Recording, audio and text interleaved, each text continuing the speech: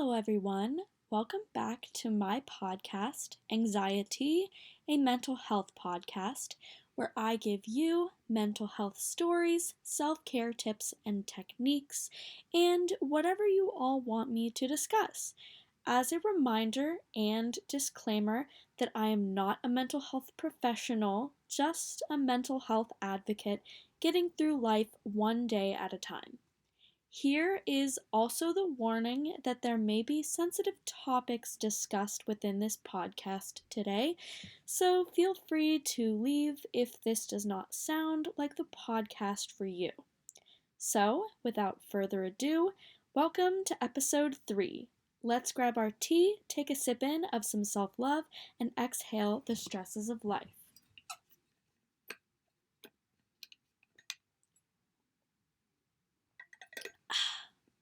Today I have with me peach iced tea again.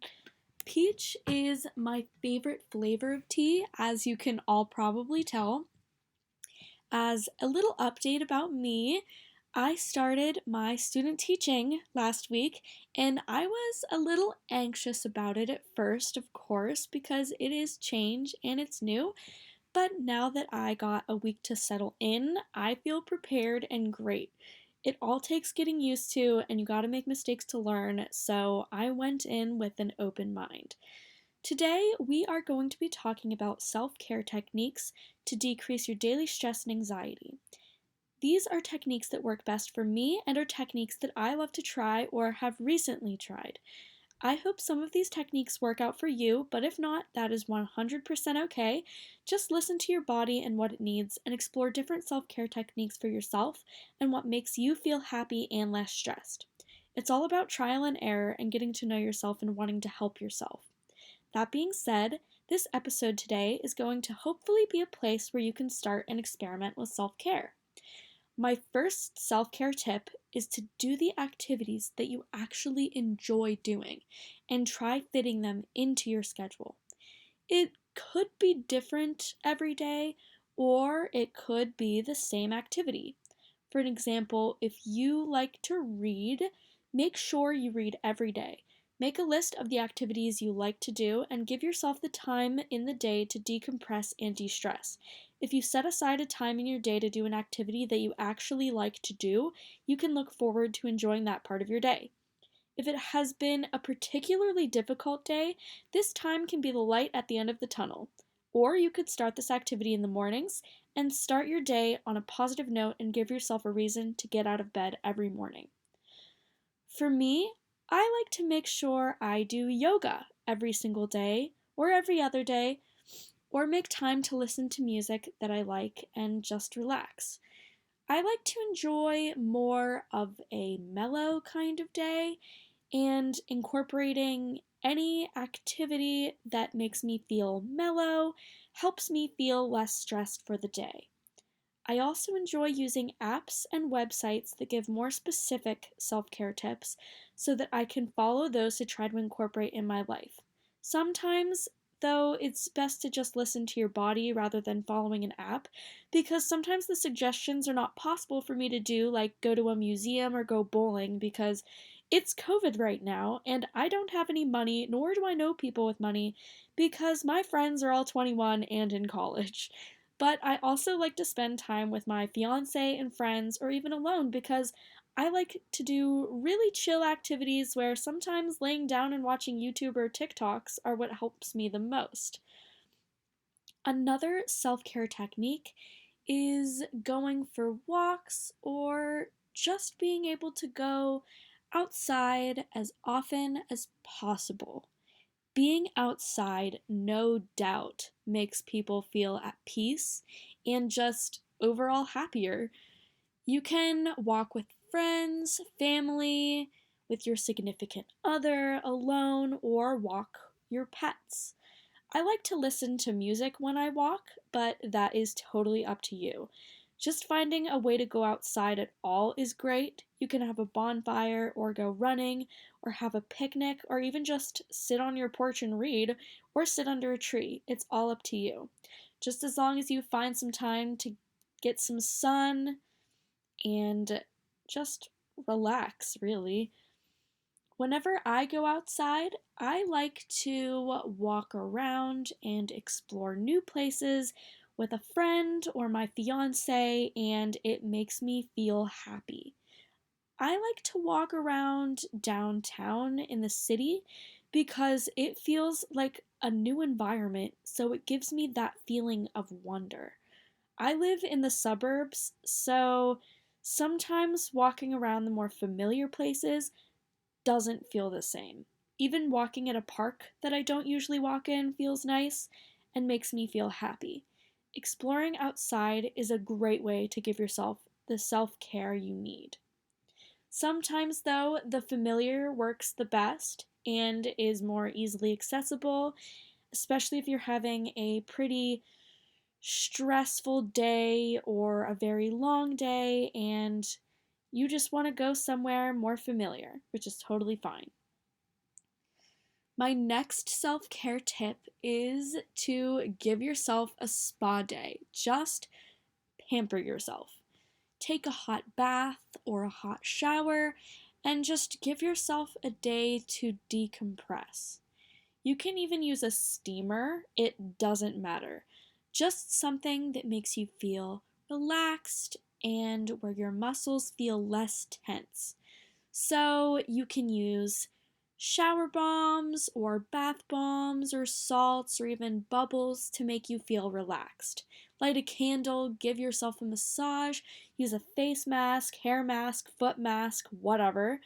Listen to comforting music, take a nap, do some yoga, whatever you gotta do. Sometimes even drinking a hot beverage makes me feel more relaxed and at ease, and just overall pretty peaceful and happy.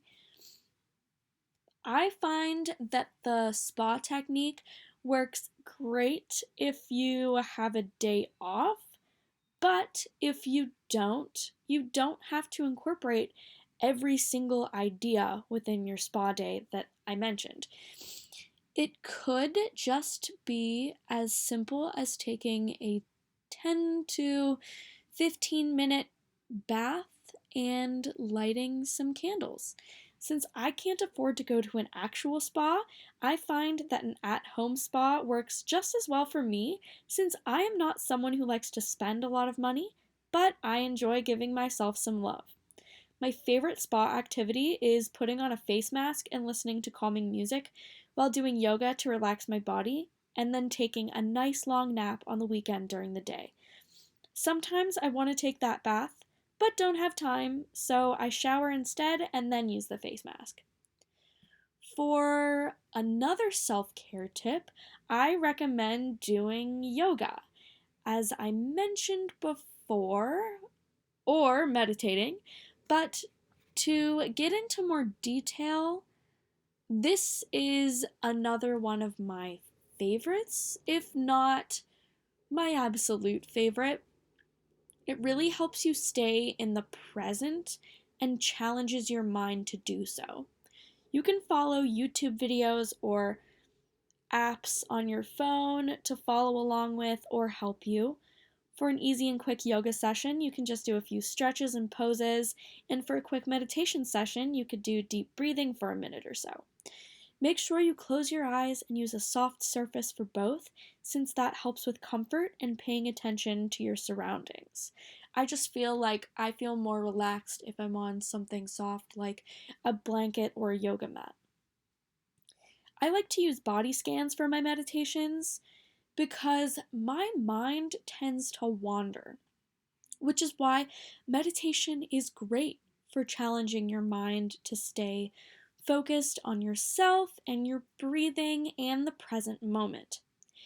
This can be very hard. So, again, I like to go through and think about my different body parts and how they feel starting at my toes.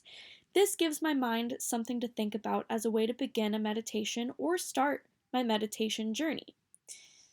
Putting calming music on in the background works great as well. I like my meditations to be a bit on the shorter side because I tend to fall asleep when I feel too calm. Shorter sessions are probably better for beginners, anyways, as well as the body scan technique, because Again, your mind tends to wander, so giving your mind something to think about while also being productive in your meditation and thinking about the present moment, that works great. For yoga, I really enjoy following along with Yoga with Adriene on YouTube because her yoga sessions are easy and you don't have to watch the whole videos either. Sometimes I only have time for 10 minutes, so I will play one video for 10 minutes or find a video of hers that is 10 minutes long. I like using a yoga mat for the ground because they are soft and it's easy on my legs and skin in general. My favorite poses are the child's pose, cat and cow, windshield wipers, and happy baby poses. If you are unsure or unfamiliar of what these poses are and what they look like, I encourage you to look them up because they are great for the hips. Lastly, a very important self-care technique is making sure your body is being well taken care of and is healthy. The better your body feels, the better you will feel. This, of course, will not always happen overnight. It may take years, and although the process might be tiring and long, it is well worth it. I find that when I am at my healthiest, I feel better than when I'm not really taking care of my body the way that I should. Sometimes I ignore what my body wants and needs because of the amount of work that I have to get done, or if I'm not having the motivation that I usually have for that day. And some days it's okay to take those days off because sometimes self-care is taking a break from self-care.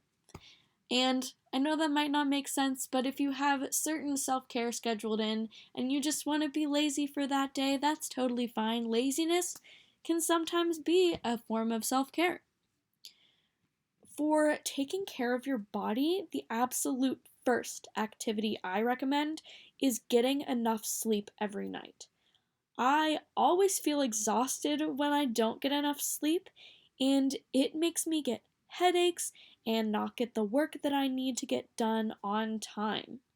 I think sleep is very important, as do a lot of people that I know, because sleep is necessary for us. Without sleep, we would feel drained and be more likely to get sick. This process is difficult, especially if your body has a habit of staying up late or waking up too early or just not getting enough sleep or too much sleep. You want to make sure your body is getting the correct amount of sleep, and over time, you will feel less stressed and less tired, of course. Paying attention and being in tune with your body and what it wants and needs, in my opinion, is the first step to beginning self care in the first place and having a successful self care day. If you are not feeling 100%, sometimes it's your body telling you something, and it's important to listen to it and getting to know it so that you can help it feel better. Of course, bad habits are never the answer, but creating good habits for your body will help it get the attention that it deserves. As mentioned before, sleep is a great physical body self-care technique for me and a lot of my friends, so I wanted to recommend it. And although it is a trial and error kind of process, as I mentioned before, my sleeping patterns have gotten better over the years. So, we have now ended our third journey of my podcast, Anxietea, a mental health podcast, episode 3. I hope some of these techniques help you out, but if not, I encourage you to listen to yourself and what you need and to not feel discouraged. It is always okay to find different techniques that work for you because everyone is different.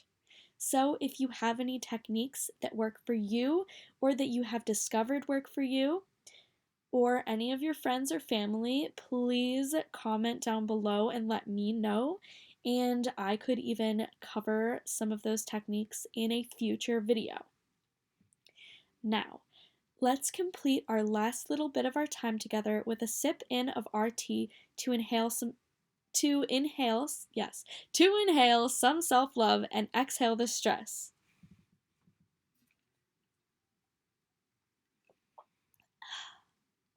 Thank you for listening, and see you for episode 4.